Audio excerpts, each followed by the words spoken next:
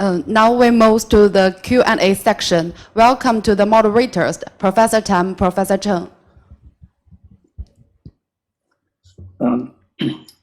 Thank you, for a wonderful lecture. Thank you. You've covered anorectal malformation is a heterogeneous congenital disorder, and part of the problem is if one is looking for a one-size-fits-all solution, one would probably end up with deficiencies in different situations, and therefore it is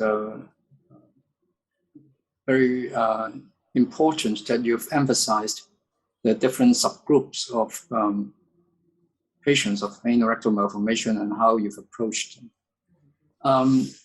There's always been a great debate about the role of laparoscopic surgery versus the gold standard over the years developed by Professor Alberto Pina's posterior sagittal anorectoplasty.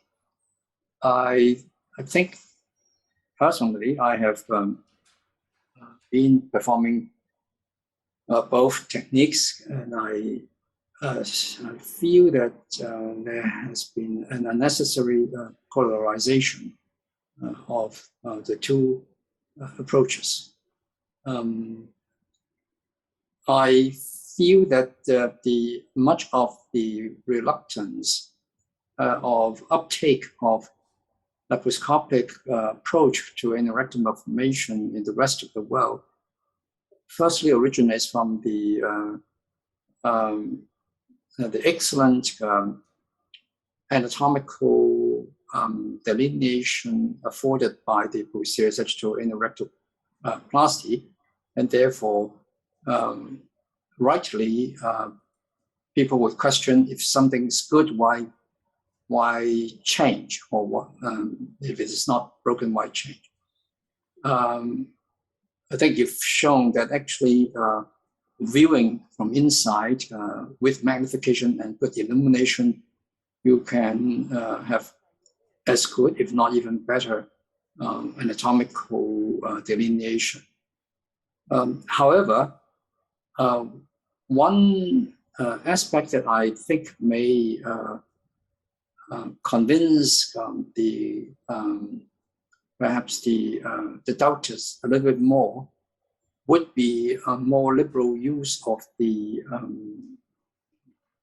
muscle stimulator to clearly show the different aspects of the complex. I've always felt that the advantage of the posterior sagittal approach is that for every cut in the midline, one can precede that with a electrical stimulation on either side to both ensure the surgeon and to show the observers, assistants, that indeed you are splitting right in the middle of the sphincter complex. So you have shown that you use the muscle stimulator for the perineal part, which is very good. I think maybe you can elucidate a little bit about the exact length of how far you actually approach that perineally, which is similar to the posterior sagittal anorectoplasty approach. And then for the laparoscopic part, is there any device that is applicable intraperitoneally, laparoscopically, to allow us a demonstration of the sphincter complex on the left and right of your dissection. Particularly because it is a blunt dissection rather than a sharp dissection that you're advocating. So that's my first question about the possible use of muscle stimulator for the intraperitoneal part.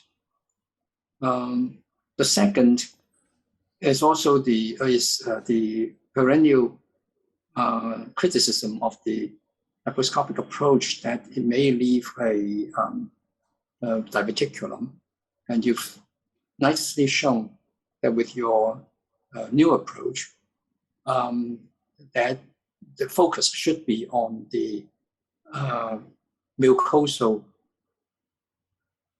part of the fistula, so that you can go really to the junction or the most distal end of the fistula.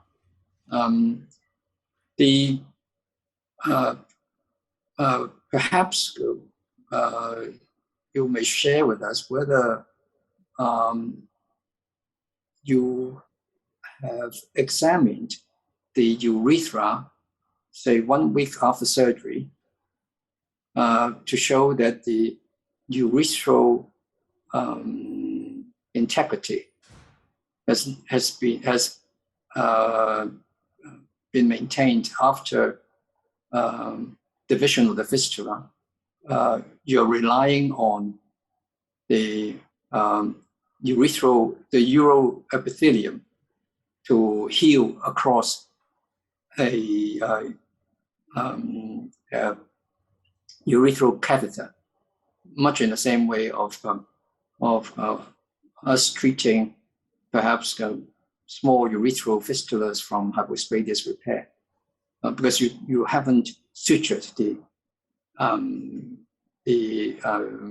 fistula opening.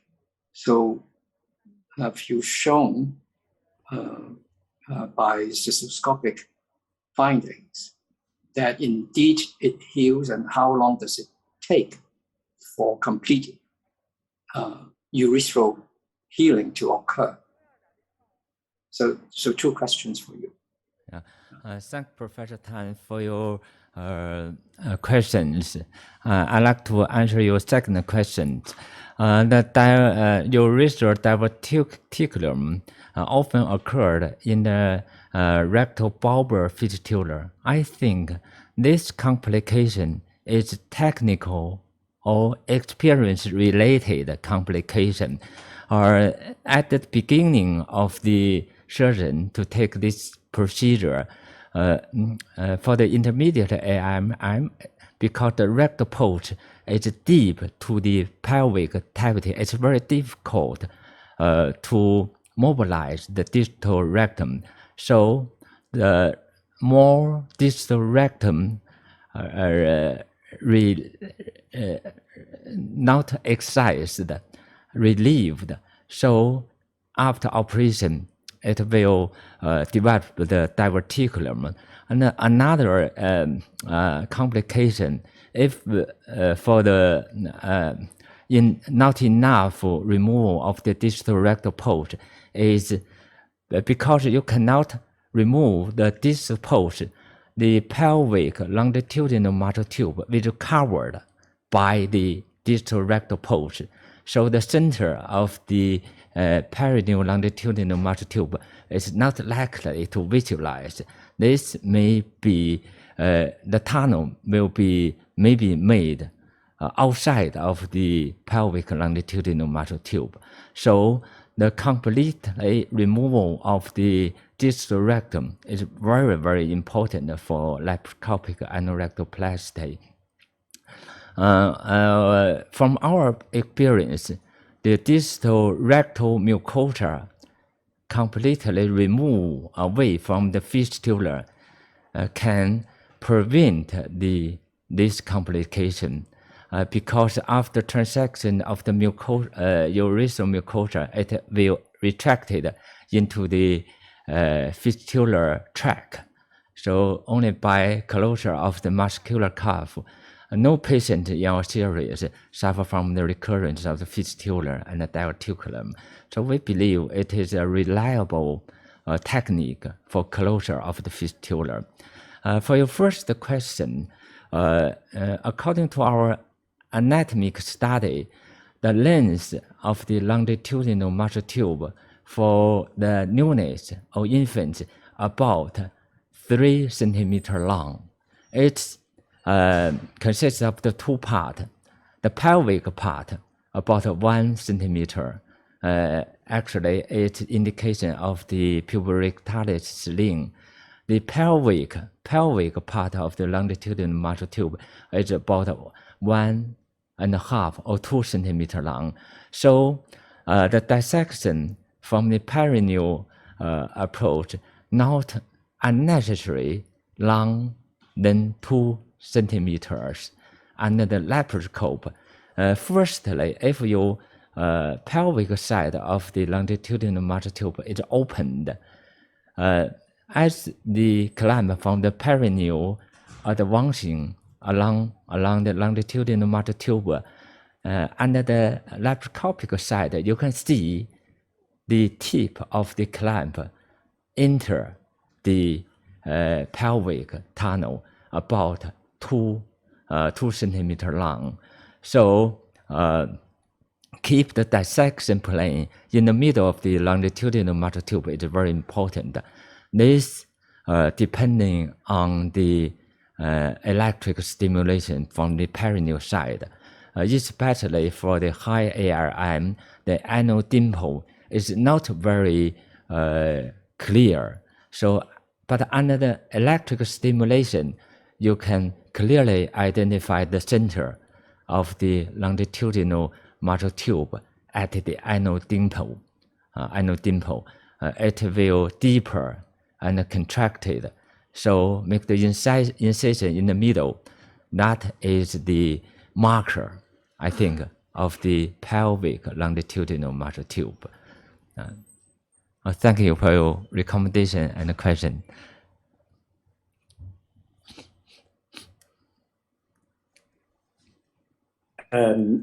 Well, it's one question from the floor, online question. Please tell us, how do you do intraluminal fistula closure technique regarding the access into the intralumen? Oh yeah, by 2 ways for the intraluminal closure of the fistula. First, as dissection approaching to the fistula, the anterior wall of the distal rectum was opened, and then the inside of the distal rectum is visualized. By forceful retraction of the distal rectum, the fistula will away from the urethral and can be out of the pelvic cavity. So the junction of the fistular mucosa and the rectal mucosa can be identified in the color. The fistular mucosa is yellows in appearance, and the rectal mucosa is a colonial mucosa. It is red in appearance, so it's easily identified. And then you make the incision by monopolar cautery at the junction.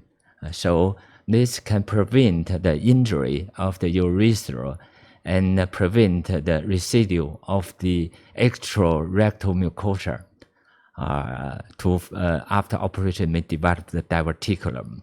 This is the first way. Second way, especially for the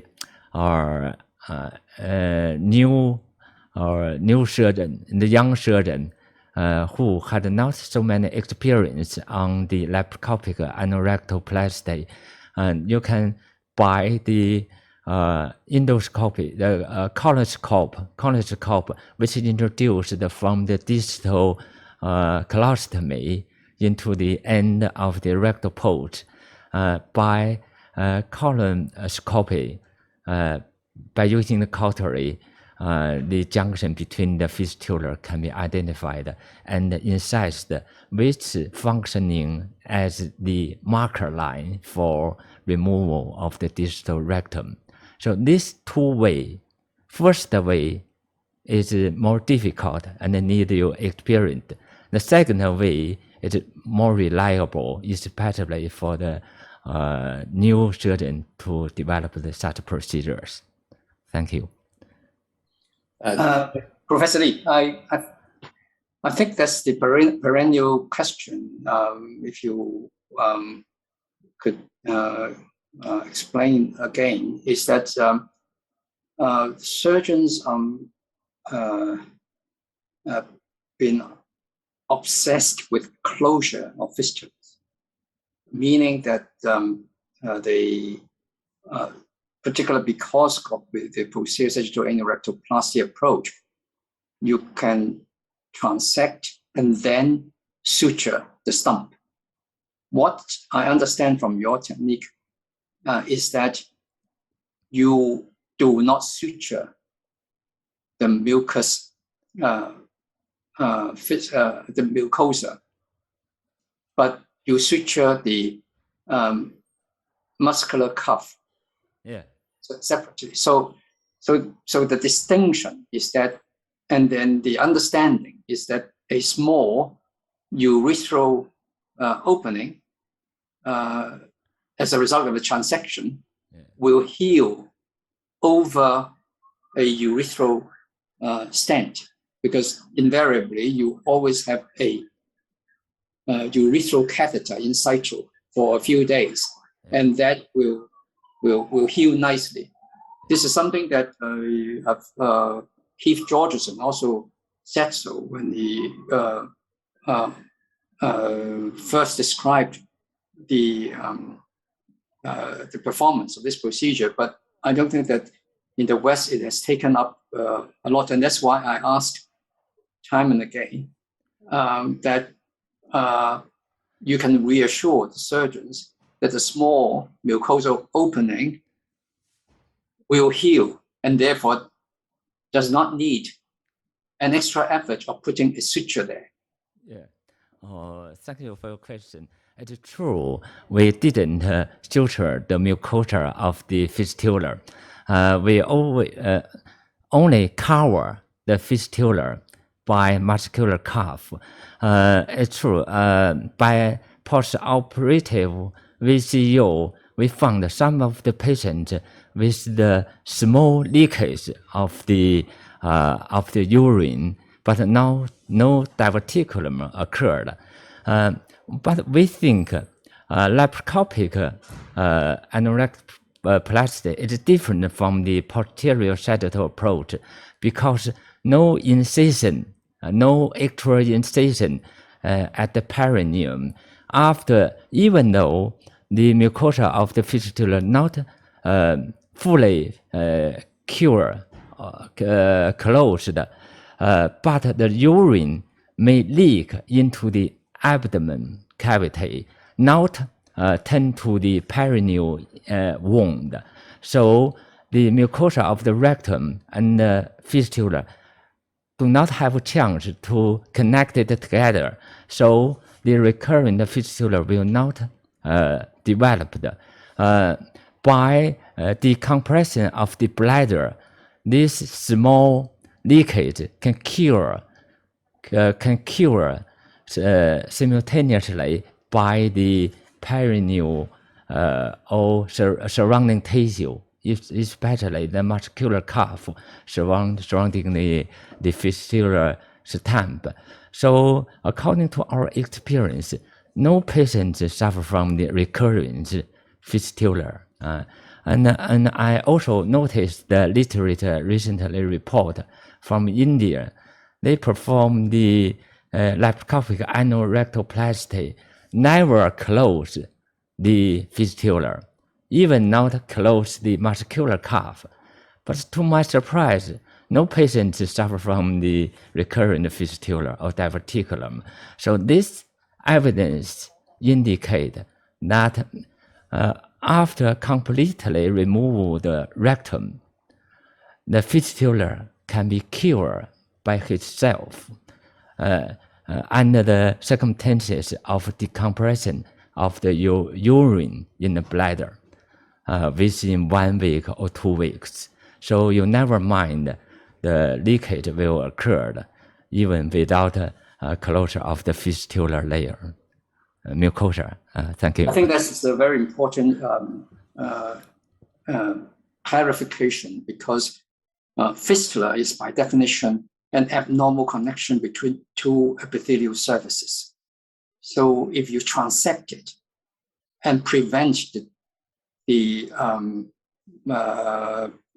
regrowth between the two epithelial surfaces, then fistula will not recur. That's the same with tracheoesophageal fistula and so forth. The whole idea is to separate the two epithelial surfaces. For large gap then of the epithelial surface after transection, then obviously you would prefer to close the epithelial surface. But for small one with splinting, then the epithelial gap on the urethral side will heal over. Even if it does not heal over, what Professor Lee suggests is that the small leakage results in sinus, not a fistula. A sinus is different from a fistula, in that it comes from one epithelial surface and ends blindly. That is further reduced, that chance is further reduced by the closure of muscular cuff over the epithelial hole. So that is another additional technical point to reduce the urinary leakage and the sinus formation. Okay, any more questions? I don't see any more from the online. Professor Jiang, Jiang Wei, any question from your side? I just have a thought from my laboratory kind of a support for not suturing the epithelium. Yeah, the first important thing is it's a small defect of epithelium, and from my previous experience in lab, the epithelium during the development expresses the sonic hedgehog, and that is a signal of a dialogue between epithelium and the surrounding muscle. Absence of epithelium sonic hedgehog expression encourages the underlying mesenchyme or muscle to contract. Clinically, probably you see a severe burn which deprives you of epithelium, leads to heavy scarring, or graft sort of slow down this heavy scarring. So in this situation where the defect of the epithelium is very small, that the contraction of the mesenchyme may close it. We experience this in other area apart from skin defect. That is, some people have done herniatomy without closing it. I wouldn't do it, of course, but it's said if you just excise the epithelium and leave it open, it will contract. I think, as Prof. Tam has mentioned, it depends on the size. For something of this fistula, of this tiny hole, probably the contraction of the muscle, the newly wound, would be sufficient to close it. Yeah, thank you. If there are no more questions, one more question I may ask Professor Lee is another perhaps concern about excision of the megarectum, the dilated rectum, is whether this is really necessary to excise. Yeah. And would you consider tapering rather than excising the megarectum, because it is a little bit radical compared to conventional practice. And there's perhaps not yet sufficient evidence to suggest to us that megarectum you see in the newborn period is irreversible. And there are also some surgeons who believe that the rectal stump contains musculature, which would have been part of the internal inner sphincter, and therefore would result in better continence control. I personally, I don't really buy this particular part, but if there's not a need, if you can achieve the same purpose of not having a megarectum overstretching your muscle complex, wouldn't a tapering be a more physiological approach? It's something that Alberto Pina does with this, has described in his posterior sagittal endorectoplasty. Yeah. Thank you for the question. I think maybe we have a different philosophy on the constipation. According to the report, after posterior sagittal anorectoplasty, 40 to 60% of the patients suffer from the different degree of the severe constipation. It's not normal condition for the development of the children. So we believe the constipated patient is a severe complication after anorectoplasty. According to our study, we found in the anorectal malformation, especially for high ARM, the distal rectal pulse is not normal. Some of them suffer from the cirrhosis. Some of them suffer from the aganglionosis. If you, without removing of this distal abnormal pathological part of the rectum, the patient, that is the reason why after operation, about 40% of the patients suffer from the constipation.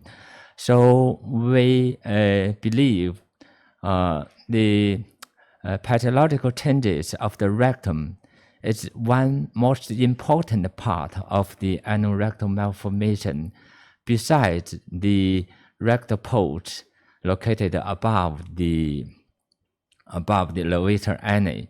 So we made the comparison study. One group removed the dilated and hypertrophic rectum, and another group didn't remove the rectum. We found very clearly or statistically significant between the two groups. In the removal of the rectal group, the constipation rate is lower, sharply decreased, and also the grade for constipation is also not as high as in posterior or in the non-removal of the rectal pulse. So we think after anorectoplasty, the patient have to have the normal living habit.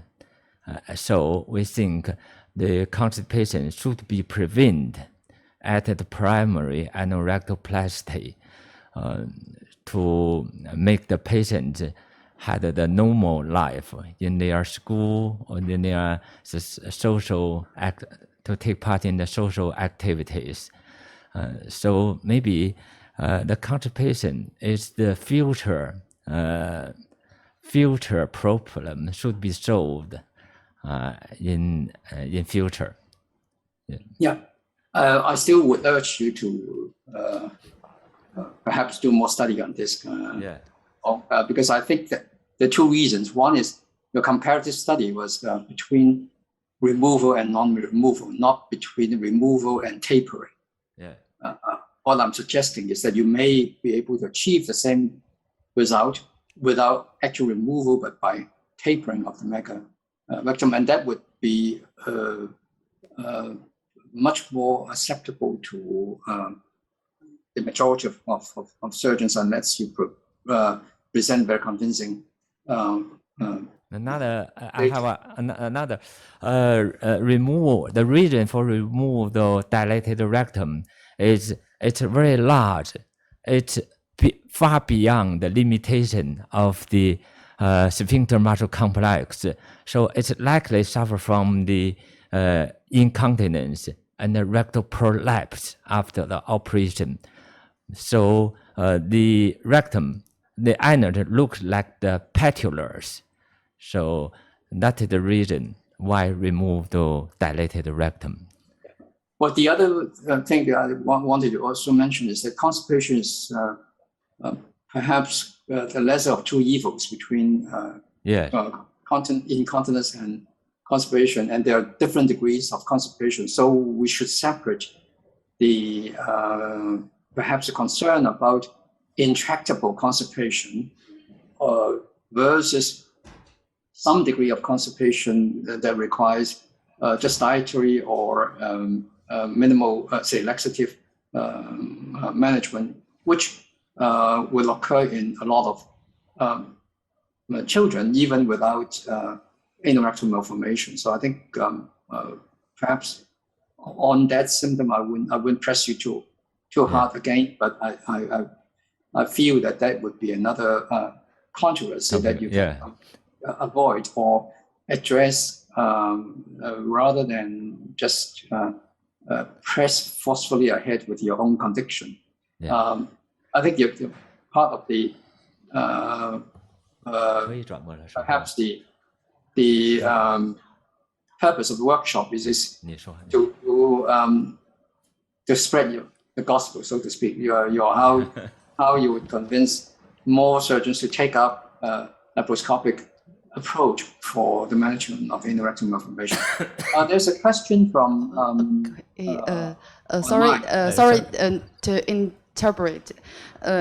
It's time to live surgery section. Okay. Just if you can give us 2 minutes for Professor Lee to answer the question about the best timing of the colostomy. The best time to perform after colostomy. So when do you perform the laparoscopic anorectoplasty after colostomy? At what age? At 3 months old. 3 months old, to 6 months. In some cases, because after 3 months, the patient condition can improve, and so we perform the anorectoplasty laparoscopically at the age of 3 months. And for colostomy, do you ever place the sigmoid colostomy or transverse colostomy? Transverse. Transverse. Okay. Transverse colostomy okay, or sigmoid. We would end the Q&A session and go to the live surgery. Thank you.